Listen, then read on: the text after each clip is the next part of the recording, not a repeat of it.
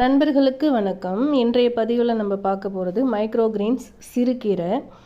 இந்த சிறுகீரையை நான் 3 விதமாக இன்றைக்கி பயன்படுத்த போகிறேன். தோசை, இட்லி, சட்னி. எங்கள் வீட்லேயும் ஒரு குழந்தை இருக்குது, 25 வயசு ஆகுது. அவருக்கும் இந்த மாதிரி கீரைங்க, காய்கறிங்க இதெல்லாம் சாப்பிட மாட்டார். மெயினாக இதை நான் கையில் எடுத்தது அவருக்காக தான். இன்றைக்கி தோசை மாவில் கலந்து இட்லி ஊற்றினேன்.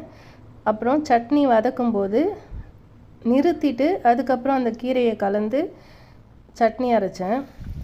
ஒரு வதக்கிட்டு அந்த சூட்டிலே ஒன்றுமே தெரியல, எதுவுமே கேட்காமே சாப்பிட்டுட்டு போயிட்டார். அப்புறம் தோசை ஊற்றினேன், நல்லாவே இருந்துச்சு. நீங்களும் இந்த மாதிரி குழந்தைங்களுக்கு கொடுத்து ட்ரை பண்ணி பாருங்கள். கீரை சாப்பிட மாட்டேன் அப்படின்னு அடம் பிடிக்கிற எந்த குழந்தைக்குமே தெரியாது இதில் கீரை கலந்துருக்குன்னு. சூப்பராக சாப்பிட்ருவாங்க. ட்ரை பண்ணி பாருங்கள் மக்களே.